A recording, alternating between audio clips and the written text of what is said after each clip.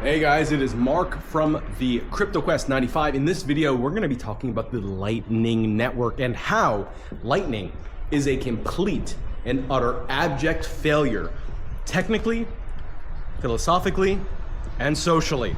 Let's break down all three reasons why so we can get away from wasting time and energy building a broken network and get back to building peer-to-peer electronic cash. Let's get into it. The Lightning Network is a complete and utter failure. Not just technically, but philosophically. And in this video, we're gonna see exactly why. I am Mark with CryptoQuest 95 and currently walking around Uji, Japan. How cool is that for a backdrop to a basically talking head video? Very nice. All right, so let's get into it. First, we're gonna divide this video into two sections, technical and philosophical. But before we do, I want to start with looking at this tweet that kind of sets the stage for everything I'll be talking about. This is with JohnGalt.com, Twitter user @JohnSGalt. Now, this guy is just genuinely not a nice human being. And I say that not because we have disagreements on Bitcoin and Lightning, but just because he's one of these types that just demeans people who disagree with him, and he's just genuinely not a good human being, at least the way he represents himself online, which is too bad. I think that people who have differing opinions can do a really good job making their arguments in ways that don't degrade people. But John doesn't take it that way, so we'll be a little bit mean to him now as a result. So check this out. Ryan, good friend of mine, Bitcoin Cash user, said that he just sent a BTC transaction and it cost him $8 to do it. And luckily, John Galt was there to correct him and say, look, stop being a noob, just get a Phoenix wallet and then put enough liquidity so you don't have to pay fees to send your Bitcoin. And the humor of that is, as you might know, the Phoenix wallet has been shut down, or it is being removed from the App Store coming soon. In fact, if you look at some of these other tweets by people who are users of Phoenix that they pre-funded their ability to send Bitcoin through the Lightning Network through their wallet, they are crying for their money back. They are getting rugged. So, yeah. Basically, what it comes down to is Lightning just is a complete and utter failure in every conceivable way, and anyone who has money in it either gets crushed by it, ends up paying huge amounts of fees, or they trust someone else to do the fees for them, and then they get rugged, just like the Samurai wallet. So let's talk about, firstly, the technical side of Lightning, how it works and why it won't and can't work for use as peer-to-peer electronic cash, as a replacement for Bitcoin. All right, so the basic idea of Lightning is actually fairly smart, and Lightning does work, just not as a replacement for money, just not as peer-to-peer electronic cash, but as a little fun, quirky technology that has a few applications, for sure. So here's basically how Lightning goes. I want to go to a bar. Now, I could go to the bar and I could pay for every single drink that I buy. Okay, let's say I drink 10 drinks, that's a lot, but I pay with my credit card each time, and each time I have to pay a fee. That kind of sucks. What Lightning lets you do is, instead of paying for every individual fee, you get to basically open up a tab. That's it in like the broad sense. To make it a little bit more specific, if I want to open up a channel with you, we pre-fund the channel with $10. There's a $10 tab on it, and if I send you $1, now I have $9 in the channel, you have $1. If I send you another $1, I have $8 in the channel, and you have $2 in the channel. So this is the concept. This is how it works. Kind of interesting, kind of unique. Really good for microtransactions, especially like if you do hundreds, or computers are doing huge amounts of microtransactions back and forth. It works great. Now, the problem technically is, in order for this whole system to work, you have to pre-fund the channel, like I just said. And how do you do that? What is the method to pre-fund the channel? Well, you have to pay the on-chain Bitcoin fee. Oof, that is a problem. Meaning, if I want to open up a channel with you, I have to put in money and pay the Bitcoin fee. Yikes. So what happens is I have to pay a Bitcoin fee to put money on, and I have to pay a Bitcoin fee to get money off. I just paid 2 Bitcoin transaction fees. Where this becomes a problem is not necessarily with me right now in 2024, where Bitcoin is maybe, I don't know, $100 right now to transact on chain. But what about if I'm in El Salvador and I'm earning 50 cents a day and I want to put money into Lightning or take money out of Lightning? All of a sudden I have a problem. I have to pay huge fees. Or what if this is 10 years from now, or 20 years, or 100 years from now, and people like Saifedean Ammous were right saying that Bitcoin will cost effectively hundreds of thousands of dollars to do an on-chain transaction on-chain. I'm not going to be able to do that. I'm not going to be able to run my own node. So what ends up happening with Lightning is if you run your own node, you're going to get slammed with on-chain transaction fees. And here's another reason why. If I open a channel with you, you can close the channel. At any moment, you can close the channel, which settles the tab. Now, can you see why that's really, really bad without having me explain it? It's because if I pay an on-chain transaction and you close the channel, I now have to pay the on-chain transaction fee again. I just get slammed, and I have to open it again, and then you could close it again and slammed. And that's basically what happens. There's a guy who is a Bitcoin, he was a Bitcoin BTC advocate. He still may be, but he got into running Lightning nodes. His name's Rare Passenger. Actually a very nice guy. I met him in person in Japan, of all places. But what ended up happening is he was running his own Lightning node and got just wrecked with channel closing fees constantly. So it wasn't even worth doing.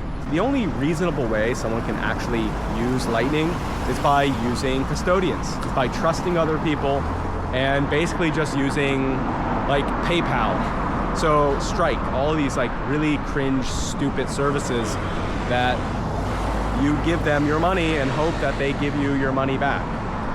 It is just ridiculous that that is the state of Lightning. Run your own node is just not possible. Unless you're willing to get wrecked with fees. And as fees go up, if Bitcoin is like as rare as chartering an oil tanker, which a lot of Bitcoin maximalists are talking about, you can kind of guess what the consequence will be to people who want to open up their own node. It's just not going to be something that's feasible. So yeah, Lightning sucks. It's not worth it. Technically, it's not a solution. Lightning is a good solution if Bitcoin doesn't get more popular. If Bitcoin kind of stalls out, if Bitcoin, you know, doesn't really become money for the world and it's just kind of this lame tool people use to try to sell off to other people to make profit and turn into fiat, yeah, in that case, Lightning technically can work as an intermediary between, you know, using custodians or having fees low enough because Bitcoin isn't being used, where it doesn't really matter if people close your Lightning channel. Let me grab some tea and then we're gonna walk on and talk about the philosophical reasons why Lightning is a complete abject failure. Next up, let's talk about the philosophy of Lightning and why the philosophy of Lightning really lets it down. Lightning is a complete failure and the thinking behind it really only makes it worse. So let's talk about the philosophy. Lightning, philosophically, relies on custodians. Now, you can make your own node, but as we discussed, technically speaking, and most of the world is not going to be able to A, afford it, or B, able to use it in a non-custodial way. So it is going to require custodians. The other thing about Lightning is you'll end up having centralized nodes. And one of the worst things I've ever seen on Lightning that really turned me off, this is when I was in El Salvador years ago, when I was playing with Lightning and using Lightning for the first time myself and hadn't formed any opinions, is I saw 2 Lightning node operators that got into a fight over politics. I think it was over the COVID jab. and they were yelling at each other and ended up cutting off their nodes. So anyone that was relying on them to network was suddenly cut off. To give an analogy, imagine that you have a highway. It's a private highway and it connects New York to New Jersey, okay? And over time it becomes the absolute primary highway between those 2 points. Well, one day the mayor of New Jersey and the governor of New Jersey and the governor of New York get into a giant political battle, and what do? They cut off access between the 2 spots. That is not good. So we don't want that. A good money system should have people where their politics can't get involved. A decentralized money system, you shouldn't have to rely on central nodes to connect you to other people and decide that they don't agree with your politics, so all of a sudden you get cut off from the network.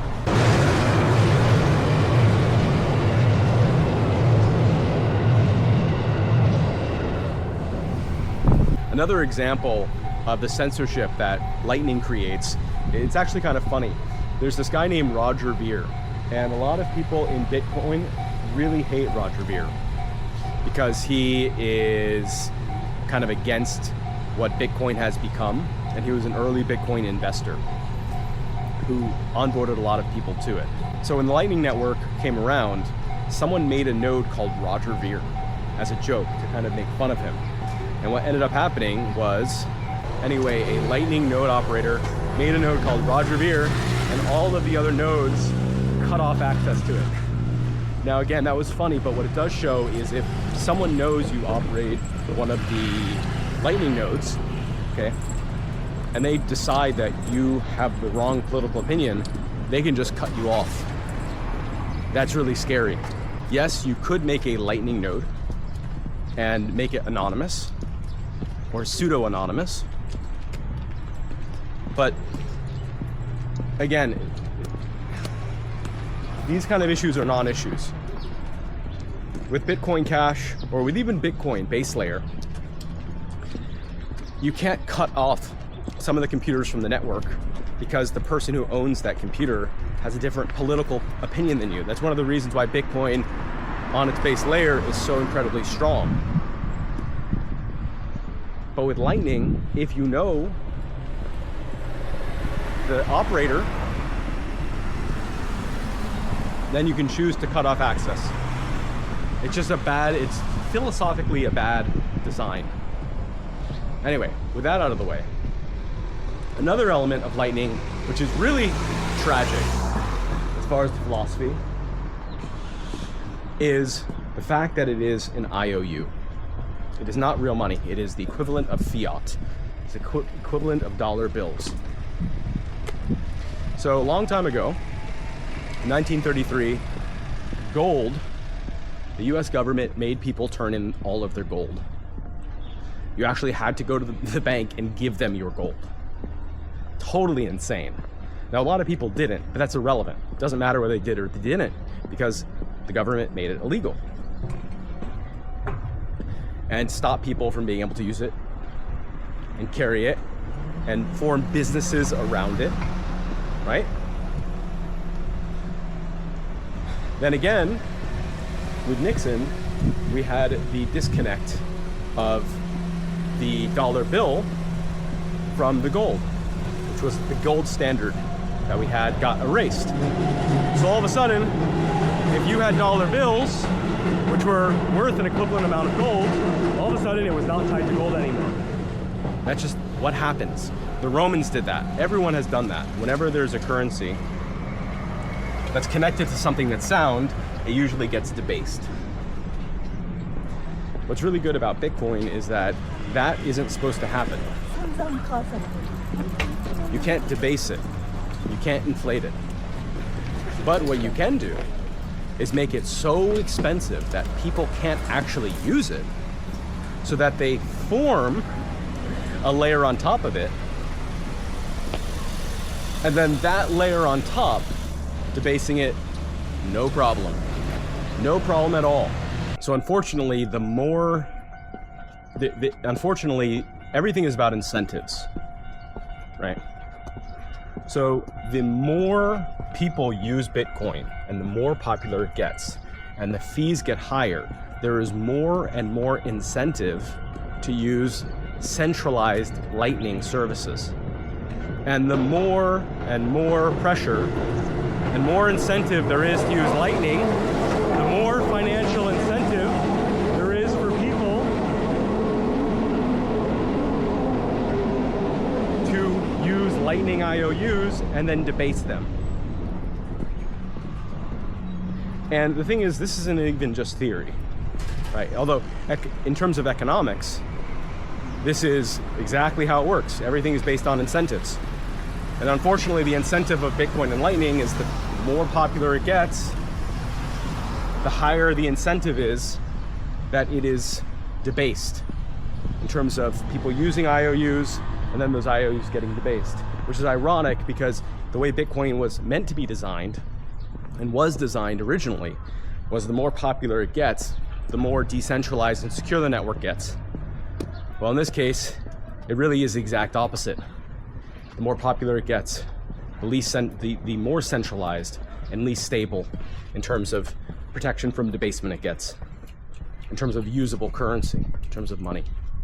Maybe not the base layer, but no one will use that anyway. So, like I was saying, this isn't even about theory. This has already happened. This is already happening. A great example of this is El Salvador. El Salvador is the canary in the coal mines that should tell everyone, get the hell out of Lightning. Get the hell away from Bitcoin. Bitcoin can be amazing, but it is not money. Not yet. Not until there's a scaling solution that's found. And maybe there won't ever be. So here's what I mean. El Salvador right now is stealing taxes. Well, I guess it's an oxymoron. The taxes in El Salvador, which is a one-party dictatorship, are going to the president's personal phone where he is buying Bitcoin. At least he claims to do that. We don't actually know if he is or isn't because there's no address that we can verify anything. So we just need to trust and not verify that El Salvador actually is buying Bitcoin. But let's assume it is. And we do know they at least have some, because you can send money to El Salvador, to their ATMs, so they must have some Bitcoin, although their taxes are paying for the transaction fee, which is hilarious and sad and tragic, but it is what it is. So if you go to El Salvador right now, what you'll find is that everyone down there, well, not everyone, but some people have a wallet called Chivo, which is quote unquote a Lightning wallet. It's a Bitcoin wallet / Lightning. And it shows you your USD balance, and it shows you your Lightning / Bitcoin balance. Now, the thing is, that wallet, if you have the Lightning side and you send $5 of Lightning to another person with a Chivo wallet, it's not actually a Lightning transaction that's happening. It's an IOU. There's no Lightning, there's no Bitcoin, there's no record of it. It's all internal and custodial. It's just numbers on a spreadsheet change. Now, right now, if there's a bank run, who knows what happens? If every single person in El Salvador tries to take out their Bitcoin right now, what do you think the probability is that they'll get their money out? What do you think the probability is that the corrupt dictatorship in El Salvador actually has enough of the Bitcoin in storage right now that would cover all of the Bitcoin on every individual citizen's phone? I'd say that probability is close to 0, which means it's being inflated. But even if it's not being inflated now, the fact that an entire country has every incentive and every reason to inflate it, and that there would be no record and no way to control it, no way to stop it, no way to verify any of that, that tells you Lightning doesn't work. Failure, abject failure. If it was on the base chain, not possible. Everything would be verifiable, every address, you'd be able to see it. Could never happen. Bank runs could never happen. Inflation could never happen. IOUs could never happen. Lightning, not only is it built into the system, it's actually encouraged. Philosophically, Lightning is a complete and abject failure. No currency in the world, no country using currency should have anything like that. I grabbed some convenience store chicken. This is the best thing in all of Japan. It's a 100-calorie block of chicken breast. Not adorned with anything, just very simple, very juicy, not dry. Perfect, low-calorie, delicious lunch. So anyway, we've covered the philosophy of Lightning and the problems with it. We've covered the technical problems with it. Again, all very like high level. I did generalize a bit, but I think it does a good job. The last thing to cover is socially. Network. Does it fail from a social network point of view? I think the answer to that is yes. Bitcoin now has less large companies using it than before 2017. That is a shame. What a crying shame that Microsoft and Steam and these companies no longer accept Bitcoin. And guess what? You can say, well, you know, they're big companies. Well, they did accept Bitcoin and they're not anymore. And if Lightning is really a good solution to the problems with Bitcoin, why aren't they using Bitcoin? Lightning, why aren't these big companies, Microsoft, accepting it? They know about it. They could choose to use it, but they're not. What does that tell you? The only people who are using Lightning are like highly technical engineering type people that have no real world basis for using it. Businesses are not using it for a reason. And the ones that are getting wrecked. You can see that even Lightning friendly, the Bitcoin core people that love Bitcoin and love Lightning from a business perspective are no longer able to accept Lightning anymore. What does that tell you? Lightning is just not it. It doesn't work. Lightning just isn't a solution to anything. It doesn't do the job that it needs to do. It doesn't solve any real problem. It creates problems. In fact, it creates more problems than just not having Lightning at all. And the reason is because it creates confusion. Some people out there, on Twitter, Bitcoin, otherwise, still believe that Lightning could solve the problem of peer-to-peer electronic cash with Bitcoin, and it doesn't. And meanwhile, we're wasting time. We're wasting time building solutions that actually do work. We're wasting time actually fixing Bitcoin and making it what it's supposed to be. Read the white paper. It literally says peer-to-peer electronic cash. Lightning is getting us further away from solving real problems, and it's a crying shame. What a waste. What a waste of brain power, time, energy, and money of all these people in Bitcoin that are creating a technology that at its base is philosophically and technically broken. Anyway guys, that's it. Thank you for watching CryptoQuest 95. See you guys next time. I'm gonna go finish this so I don't have to eat it on camera and go get out of the sun. It is way too hot.